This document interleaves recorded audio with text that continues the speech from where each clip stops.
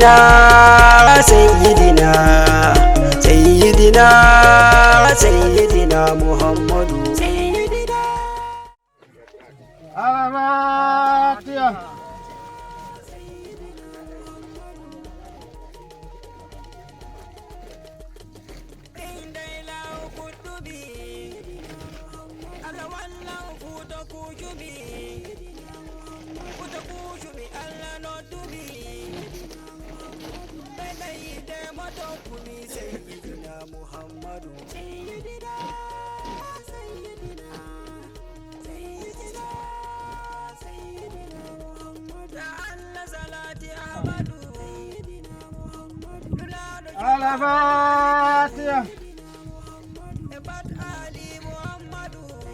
ألم نجرد إن أنزلناه كادد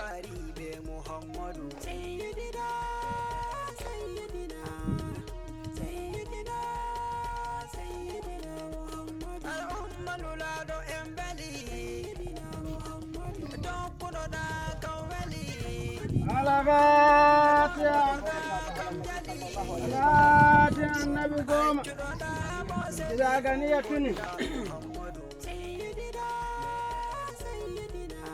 hande min ɗo nder hukuma laamu pamara ka Kubau nder diwal Kaduna to haɓɓere tegal komi a ɓangal pullo tilimɗo tedduɗo kajo pula wato Alhaji Ibrahim Iromo Dake kuwowo rediyo Kode dembo pullo kajo pulaku hande ramin to sare Alhaji Adamu to haɓɓani hanko Ibrahim Iromo Dake tegal eɓe gondi PRO amin ha mi ƴamamo inde mako on namma to honduko mako. PRO assalamu alaikum. jamare assalamu alaikum. Alaikum salam. Inda Yusuf Abdurrahman vurtoɓe daga Soba local government min gari haɓɓere tegal wato Ibrahim Modaki. Okay, to ngoye sewo kollata to kaɓɓol tegal o sakirawo meɗen tedduɗo tilimɗo. Alhamdulillah sew kam sai barka tunda wari in haɓɓi tegal jam to sai dai min waɗa addu'a Allah wadda jonde jam Allah wadda ko mu amiyare wi yiɗa to amin masha Allah. So min gettima PRO Yusuf Abdurrahman ha mi ya jungo maɗa nyamo Modibo no inde maɗa? Assalamu alaikum, indiyam Muhammad BNG. Muhammad BNG Yetteɗo arɗo goɓɓal ba. To hande da to taweɗa ɗo wonde gallure wiyete kanwa nder hukuma laamu pamara ka Kubau nder diwal Kaduna to haɓɓere tegal Ibrahim Iromo Dake ngoye sewo kollata sakiraɓe fulɓe? Alhamdulillah kam mi waɗi sewo kuma mi wallimo sewo joni kam mi haɓi tegal jam sai wiya Allah walliramo jogaki. To amin a yettama arɗo goɓal. So a yettama Muhammad BNG arɗo goɓal da goɗɗo pullo tilimɗo tedduɗo Modibo assalamu alaikum. Wa alaikum assalam. So ko mi wawa nango inde Modibo? Inde am Sale Abdurrahman min andiri Sale Pagaci. To Sale Pagaci Sobara ader hukuma laamu pamara ka Kubau to kaɓɓol tegal pullo tilimɗo Ibrahim Iromo Dake ngoye sewo kullata sakiraɓe fulɓe ko hanko Iromo Dake o? Kama da yin karɗin haɓɓutugal tegal jam mi waɗa fata koten jam kanko kuma wallamo Allah wallamo jogaki. To amin a yettama Sale Pagaci. So fami lorta jungo an nano Modibo assalamu alaikum. Wa alaikum assalam wa rahmatullahi wa barakatuh. So ko no inde Modibo? Inde Ibrahim Abdulkadir Pullo diga Zaria tora ader hukuma laamu pamara ka Kubau nder diwal Kaduna to haɓɓere tegal Ibrahim Iromo Dake pullo tilimɗo ngoye sewo kollata Ibrahim Iromo Dake ko fulɓe sakiraɓe heɗitoɓe? To alhamdulillah sewo ngo mi hollata emi waɗa murna emi waɗanamo Allah laamiɗo walla mo jogaki ɓe keɓayi noon Allah laamiɗo rokkaɓe kanko keɓuɗo Allah walla mo jogaki o amariyajo makko. To amin ɓawo ɗon sai mi waɗana fu goɗɗo mo Allah rokki iko warki ndi jayri Allah laamiɗo hoore muɗum. To sakiraɓe fulɓe ni tedduɓe tilimɓe oɗon gondi be amin da goɗɗo pullo tilimɗo. Modibbo assalamu alaikum. Wa alaikum salam wa rahmatullahi ta'ala wa barakatuh. To Allah rene ko no inde maɗa? Inde Alhaji Sa'idu Awai. Alhaji Sa'idu Awai. Nder diwal Nasarawa ba. Na'am. To hande dara aɗo hukuma lamu pamara ko baw nder diwal Kaduna to kaɓɓol tegal Ibrahim Iro Madake. Ngoya sewo ballata ko kollata Ibrahim Iro Madake sakiraɓe fulɓe? Mi ɗo wallira mo waɗanamo do'a kam ma Allah laamiɗo hokka jonde jam. Amin. Allah laamiɗo wadda barka tegal. Amin. Garɗo ɗo daga koto e ma Allah laamiɗo hoora kowa wuro mum jam. Mi yetti sosai mi waɗi murna garol mum.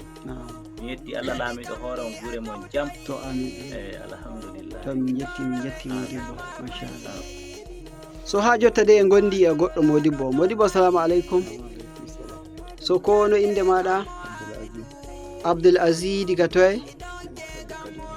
Masha Allah. To da ara aɗo to kaɓɓol tegal Ibrahim Iro Madake. Ngoya sewo kollata sakiraɓe fulɓe? To alhamdulillah. To amin. To amin. To ayettama mo. So da goɗɗo Modibbo tedduɗo. Malam assalamu alaikum. Wa alaikum assalam. So ko no inde Modibbo? Inja Murtala Mati. To hande a waroy ɗo to haɓɓani Ibrahim Iro Madake tegal. Ngoya sewo ballata hanko Ibrahim Iro Madake? Lallai mi yetti Allah e annabijo Allah waddi en yande. Na'am. Kuma tabbas mi wallamo an ciki Allah waddi en lokaci. Na'am. Tabbas mi waɗanamo fatan alkhairi. To alhamdulillah. Ma bandiraɓe kuma yauta no mi toro Allah ya ra'un lokaci. Wato mo goto Allah hokkan wa ɓe garta ɗiɗo. So mo ɗiɗo fa? Wala mo kuma Allah waddan mo wala mo Allah hokka mo goto Allah ɓeddana tabbas. To mo tato? To kudeno Allah waɗi. To mo nayo fa? To a daro no. Allah wallahu jogaki. So a yettama Modibbo, a yettama. Ko Modibbo? To ko no inde Modibbo? Umaru Dauci. So hande da Allah waddi en yalde ɗen haɓɓani Ibrahim Iro Madake tegal to ndi gari komi ango wuro. Ɗum e murna ko farin ciki ballatamo ngal kaɓɓol tegal e du'a ɗum gaɗantamo? Masha Allah. To amin. To alhamdulillah. To yetti alhamdulillah. Masha Allah.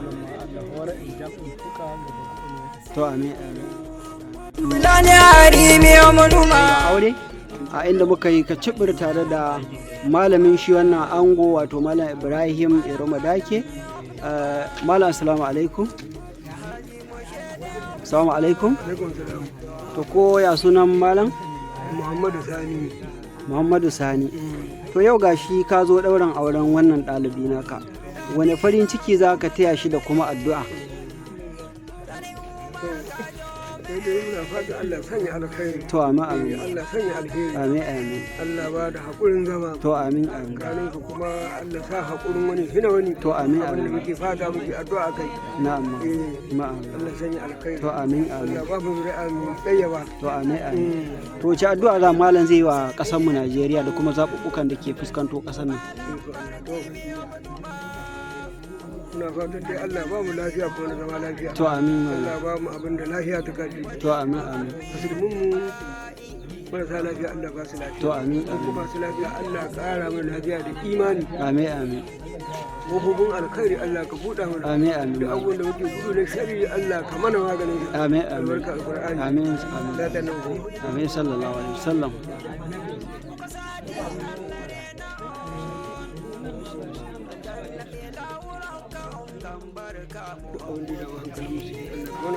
آمين. اللهم إني قد أنزل عليكم آمين. أهل البلد آمين.